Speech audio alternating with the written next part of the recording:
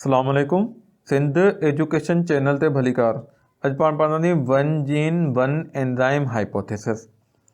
One jean one enzyme hypothesis जेको आहे उहो ॿिनि साइंटिस्ट, हिकिड़ो जो नालो जॉर्ज बीडल, ॿियो नालो एडवर्ड टाटम, ॿिनि साइंटिस्ट जेको आहे इहा हाइपोथेसिस ॾिनी हुई, जंहिंमें हिननि जेको आहे उहो पंहिंजा एक्सपेरिमेंट कया हुआ हिकिड़ी फंजाए ते जंहिंजो नालो न्यूरोस्पोरा।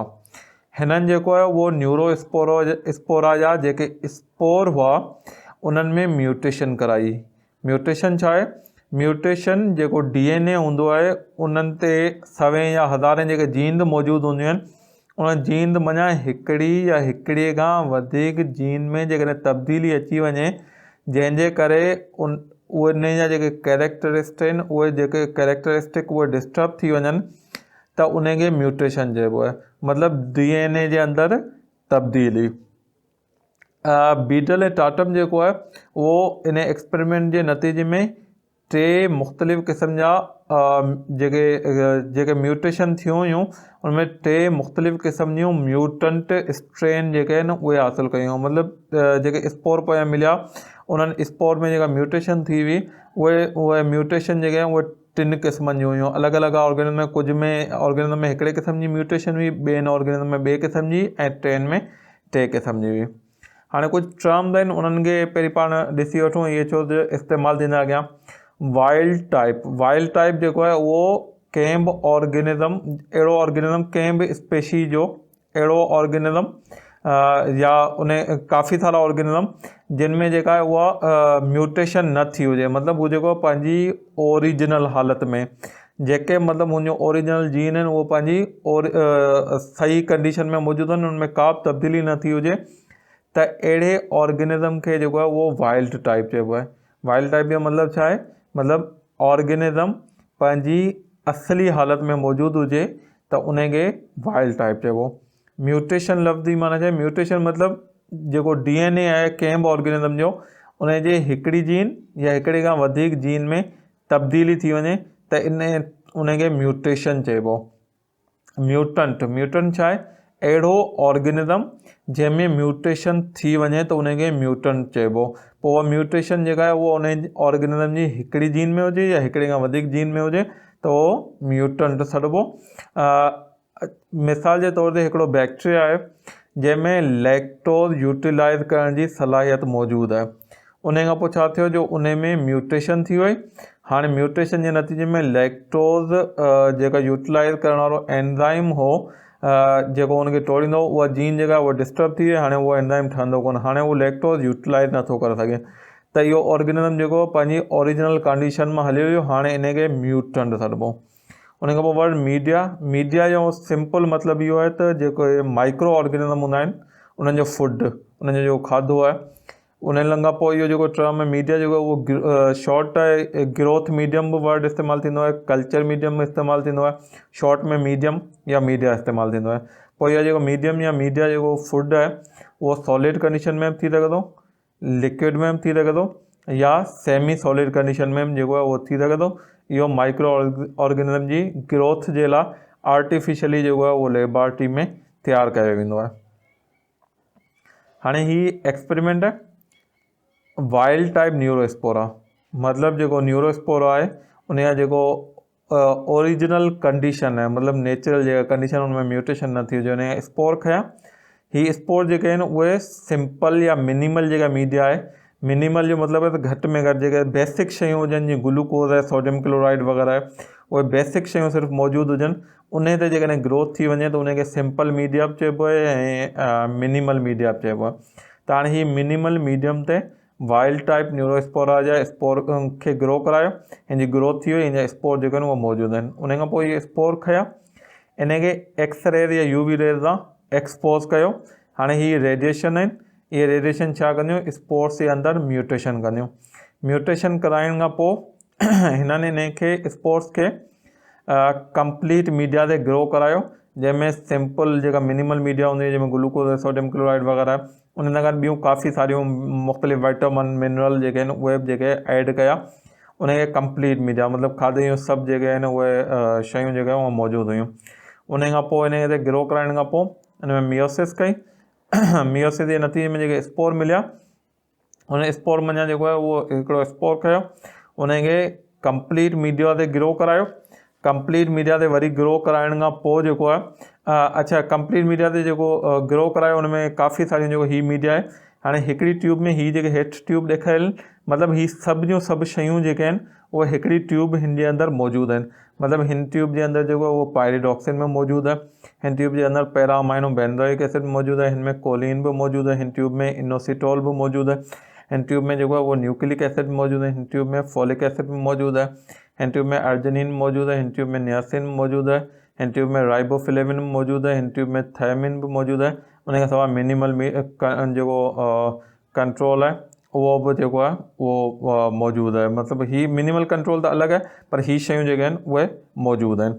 अच्छा इन ते ग्रो कराइण खां पोइ हिन ते ग्रो कराइण खां पोइ जेको स्पोर हासिलु थिया, हाणे इहो चेक करणु त हिन में म्यूटेशन थी आहे या न, इहे जेके आहिनि वरी हिननि सिंपल मीडिया ते जेको आहे उहो ग्रो करायो या मिनिमल मीडिया ते ग्रो करायो, त हिते जेको आहे उहो ग्रोथ जेका आहे कान आई, त इन जो मतिलबु जेको स्पोर आहिनि उन में म्यूटेशन थी वई आहे। ऑर्गेनिज़म जे अंदरि स्पोर जे अंदरि म्यूटेशन थी वई आहे, मतिलबु ऑर्गेनिज़म जे अंदरि जेको आहे न्यूरोस्पोर आहे उन जे अंदरि म्यूटेशन थी वई आहे। अच्छा हाणे ही 4 क़िस्म जूं ट्यूब आहिनि। हिकिड़ो मिनिमल मीडियम वारी आहे, हिकिड़ी में मिनिमल मीडिया जे अंदरि ऑर्निथिन मौजूदु आहे, हिकिड़ी में मिनिमल मीडिया जे अंदरि सिट्रुलिन मौजूदु आहे, त उन खां पोइ हिकिड़ी जेका आहे उन में मिनिमल मीडिया जे अंदरि अर्जिनिन मौजूदु आहे। हाणे जेको वाइल्ड टाइप आहे ओरिजिनल, उहो सिर्फ़ु जेको आहे उहो मिनिमल मीडिया ते वाइल्ड टाइप जेको आहे उहो ग्रो करे वेंदो। हाणे मुख़्तलिफ़ जीन आहिनि जेको मुख़्तलिफ़ जेके सबस्टेंस आहिनि उन्हनि खे ब्रेक थियूं कनि। एसिटाइल कोलिन आहे, उनखे जीन 1 जी जेका प्रोडक्ट आहे एंजाइम ई, हीअ एसिटाइल कोलिन खे ऑर्निथिन में थो कन्वर्ट करे। उन खां पोइ जेका जीन 2 आहे उहा ऑर्निथिन खे सिट्रुलिन में कन्वर्ट थी करे। जीन 2 जी जेका प्रोडक्ट है उहा एंजाइम एफ आहे, मतिलबु जेको एंजाइम एफ आहे उहो ऑर्निथिन खे सिट्रुलिन में कन्वर्ट कंदो। वरी जीन 3 जी जेका प्रोडक्ट है एंजाइम जी आहे एच आहे, इहे तव्हां ठहंदा आहिनि, त इहे सिट्रुलिन खे अर्जिनिन में था कनि। ही 4 बेसिक आहिनि, इन खां अॻियां बि मुख़्तलिफ़ जीन हूंदियूं जेके अॻियां मुख़्तलिफ़ ॿियनि वधीक एंजाइम ठाहींदियूं ऐं उहे वधीक सबस्टेंस खे ब्रेक करे फाइनली जेका असांखे एंड प्रोडक्ट खपंदी आहे ATP जी फॉर्म में या NADH जी फॉर्म में, त उहा जेका आहे उहा आख़िर में पाण खे मिलंदी। त ही 4 बेसिक स्टेप ॿुधायल आहिनि, अॻियां जेको आहे हीअ रिएक्शन प्रोसीड थींदा रहंदा। हाणे हिननि जेके 3 क़िस्मनि जा म्यूटेंट जेको आहे उहो हासिलु कया हुआ बीडल ऐं टाटम। जेको म्यूटेंट 1 हो उन में जेका जीन 1 हुई उन में म्यूटेशन हुई, तंहिं करे एंजाइम ई जेको आहे उहो ठहियो कोन्हे। हाणे एंजाइम ई ठहियो कोन्हे त उनजो मतिलबु छा थियो त एसिटाइल कोलिन जेको आहे उहो ऑर्निथिन में कन्वर्ट कोन थींदो। हाणे ऑर्निथिन में कन्वर्ट न थींदो त मतिलबु त पाण जेको आहे उहो हीअ रिएक्शन अॻियां प्रोसीड थींदो कोन, उन में जे पाण खे इन जे नतीजे में NADH AT वग़ैरह ATP जेको आहे वग़ैरह उहे कोन मिलंदा। त हाणे हिन में पाण जेको आहे हाणे हिन खां पोइ अॻियां वारी शयूं आहिनि, अॻियां वारा एंजाइम जेके आहिनि सही आहिनि, उन्हनि जूं जीन जेके आहिनि सही आहिनि, त पाण जेको आहे मीडिया मंझि ऑर्निथिन, सिट्रुलिन या अर्जिनिन, हिननि मां का बि हिकिड़ी शइ जेकॾहिं उन में विझंदासीं मीडिया मंझि, त हीअ जेको रिएक्शन आहे अॻियां प्रोसीड थींदो ऐं ऑर्गेनिज़म जेको आहे उहो पंहिंजी ग्रोथ ॾेखारींदो। मतिलबु उन जो स्पोर जेको आहे न उहो ट्यूब में कल्चर मीडिया में जेको आहे उहो ग्रोथ हुनजी जेका आहे उहा ज़ाहिर थींदी स्पोर जी फॉर्म में। जेको म्यूटेंट 2 हो उन में जीन 2 में म्यूटेशन हुई, जंहिंजे नतीजे में एंजाइम जेको एफ आहे उहो ठहियो कोन पिए। एंजाइम न ठहण जे एंजाइम एफ न ठहण जे नतीजे में ऑर्निथिन जेको आहे उहो सिट्रुलिन में कन्वर्ट कोन पियो थियो।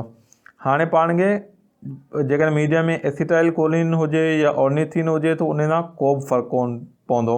इन करे जो एसिटाइल कोलिन आहे मिसाल तौर ते उहो ऑर्निथिन में त कन्वर्ट थी वेंदो, पर ऑर्निथिन अॻियां सिट्रुलिन में कन्वर्ट कोन थींदो। ईअं ऑर्निथिन जेकॾहिं ख़ाली पाण विझूं था त उहो अॻियां सिट्रुलिन में कन्वर्ट कोन थींदो। तंहिं करे पाण खे हिन स्टेप खां अॻियां वारी को सबस्टेंस मीडिया में खपे जेको हिन रिएक्शन खे अॻियां प्रोसीड कराए, त पाण सिट्रुलिन या अर्जिनिन विझंदासीं त इहो रिएक्शन अॻियां प्रोसीड थींदो। ईअं ई जेको म्यूटेंट 3 आहे उन में मिनिमल मीडिया सां गॾु पाण छा विझंदासीं। हाणे पहिरीं ॾिसूं म्यूटेशन छा में आहे, जीन 3 में म्यूटेशन आहे। जीन 3 जी प्रोडक्ट जेका एंजाइम जी आहे या एच आहे, इहे जेके आहिनि उहे जीन 3 जी म्यूटेशन आहिनि। हाणे इहे सिट्रुलिन खे अर्जिनिन में कन्वर्ट कंदा आहिनि। हाणे सिट्रुलिन हाणे जेकॾहिं पाण जेको आहे हिते हिन जीन में म्यूटेशन आहे, हाणे पाण छा मीडिया में विझूं जो इहो रिएक्शन अॻियां प्रोसीड थियनि। हाणे एसिटाइल कोलिन जेकॾहिं मिसाल तौरु विझूं था त एसिटाइल कोलिन ऑर्निथिन में थींदो, ऑर्निथिन अॻियां कन्वर्ट थी वेंदो सिट्रुलिन में, पर हाणे सिट्रुलिन अर्जिनिन में कन्वर्ट कोन थी सघंदो जो हीअ एंजाइम डिफिशिएंट आहे। हाणे पाण कहिड़ी शइ मीडिया में विझूं, पाण हाणे अर्जिनिन जेको आहे ए जेको आहे उहो मीडिया में विझंदासीं त उन खां पोइ जेको हीअ ऑर्गेनिज़म आहे उहो फर्दर पंहिंजी ग्रोथ ॾेखारींदो।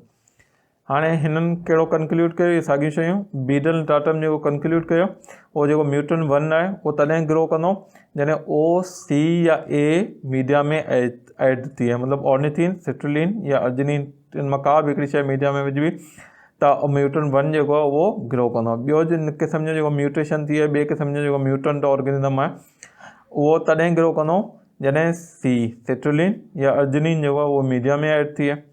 टियों म्यूटेंट तॾहिं ग्रो कंदो जॾहिं ए अर्जिनिन जेको आहे उहो मीडिया में एड कजे त टियों म्यूटेंट जेको आहे उहो ग्रो कंदो। हाणे हीअ जेके आहिनि सी आहे, ए आहे या ओ आहे, इहे मीडिया मिनिमल मीडिया प्लस ही शयूं ऐड कबियूं, मतिलबु ख़ाली सिर्फ़ु ही न, मिनिमल मीडिया लाज़मी हूंदी, उन सां गॾु म्यूटेंट 1 में ओ सी या ए मां का बि शइ ऐड कजे, म्यूटेंट 2 वटि सी या ए मां का बि शइ ऐड कजे, ऐं म्यूटेंट 3 वटि ए ऐड कजे मिनिमल मीडिया सां गॾु, त हीअ जेको आहे उहो ग्रो कंदा। हाणे जेको क्रोमोसोम हूंदो आहे उन ते मुख़्तलिफ़ लोकेशन हूंदियूं आहिनि जिते अलॻि क़िस्म जी जीन हूंदी आहे। हाणे हीअ क्लस्टर 1 आहे, उते जीन 1 आहे, क्लस्टर 2 हिते जीन 2 आहे, क्लस्टर 3 ते जीन 3 आहे। हाणे जीन 1 जेका आहे उहा एंजाइम ई थी ठाहे, जीन 2 जेका आहे एंजाइम एफ थी ठाहे, जीन 3 जेका आहे एंजाइम जी एच थी ठाहे। हाणे हीअ जेको आहे हर स्टेप जे लाइ हिकिड़ी जेका आहे उहा जीन उहा डिस्टर्ब थी वई त उहो एंजाइम कोन ठही सघंदो, उहो एंजाइम कोन थी सघंदो त रिएक्शन जेको प्रोसीड कोन थी सघंदा, ऐं जिस्म जे अंदरि का न का एबनॉर्मेलिटी थींदी, मतिलबु को बि ऑर्गेनिज़म आहे त उन जी जेका बॉडी थींदी, उन जो जिस्म थींदो, उन में का न का एबनॉर्मेलिटी मौजूदु हूंदी।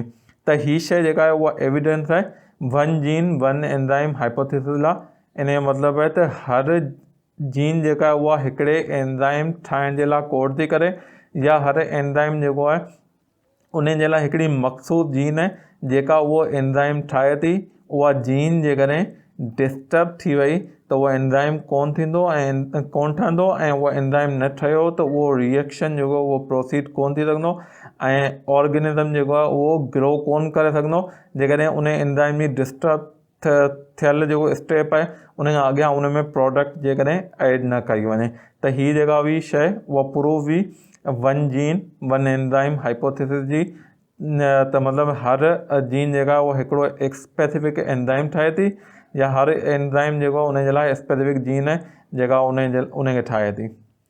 अल्लाह हाफ़िज़। वधीक वीडियो ॾिसण जे लाइ सिंध एजुकेशन चैनल ज़रूरु सब्सक्राइब कंदा, महिरबानी।